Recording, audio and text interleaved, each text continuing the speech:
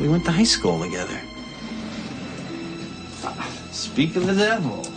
Welcome to CHW Studios, and today we are going to be recapping the movie Malice.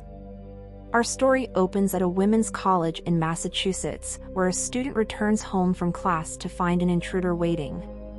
The stranger attacks her, and she is rushed to St. Agnes Hospital with serious injuries. This assault is the latest in a series of similar attacks around campus. Professor Andy Safian discusses the problem with Detective Donna Harris, complaining about the lack of campus security, though Donna says there's only so much she can do. In the OR, the situation is tense, as Dr. Matthew Robertson worries the girl may not survive, but the surgeon in charge is new. Dr. Jed Hill manages to save her life and impress his colleagues. After the surgery, Jed says it feels good to join their team, though behind his charming smile lies a darker side. Matthew approaches Jed to praise his work, admitting he was wrong to doubt him during the operation. But Jed reprimands him in a menacing tone, saying differing opinions are fine, but not during major surgery when a patient's life is at stake. Jed warns Matthew will deeply regret it if he ever does that again. Andy also chats with Jed to thank him for saving the student. They realize they went to high school together, though Jed doesn't remember Andy since he was more popular. An interruption by Nurse Tanya shows Jed still has a way with women, unlike the now happily married Andy. Andy's wife Tracy is a teacher, indicating their household is not wealthy. In the elevator, Jed's fancy suit highlights Andy's lower status. Dr. Sullivan is hosting a reception to welcome Jed, inviting Andy and Tracy, who cite fake plans to avoid spending money. At home, Andy balks at the plumber's estimate and decides to do the work himself. Tracy suggests renting their third floor. He makes Tracy promise her friend Helen will drive her home that night. Andy watches from the window as a man, not Helen, drops Tracy off.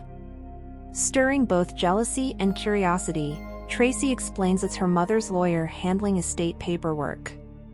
Andy wonders about an inheritance, but Tracy says it's insignificant. They move past the tension and share a light moment over Chinese food.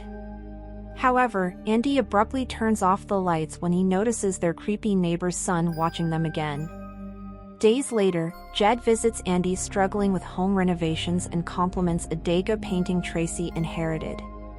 Over lunch, Andy opens up about the campus attacks, their fertility struggles, and needing help with the house. Soon, Jed moves into their third floor, despite Tracy's protests that he's arrogant.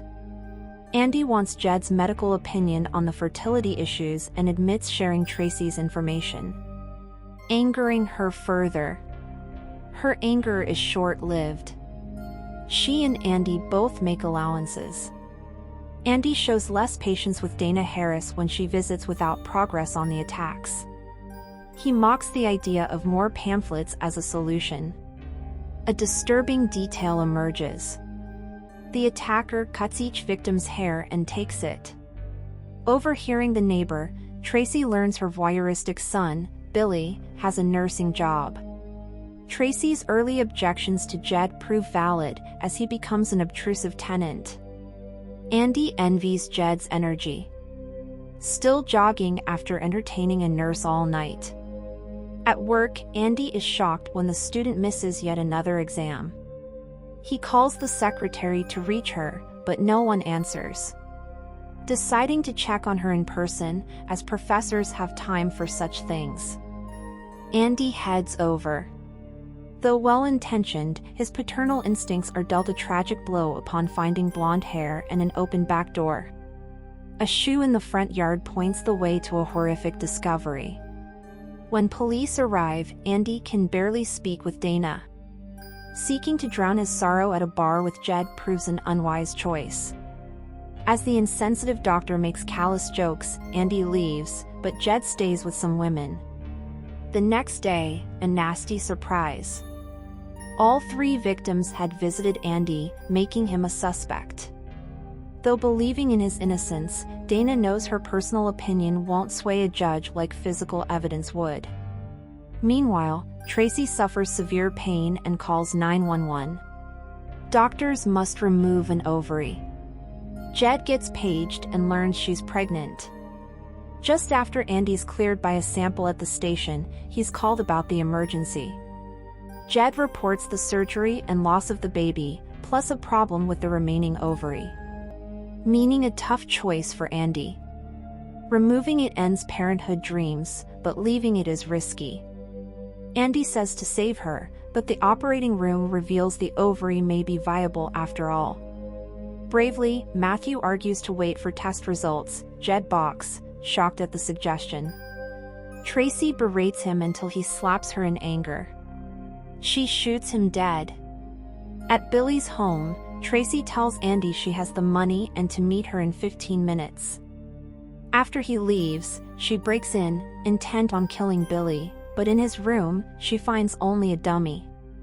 Andy appears and they struggle. A nurse dressed as Billy's mom stops Tracy from bashing Andy's skull. The blind neighbors return home as Tracy is arrested.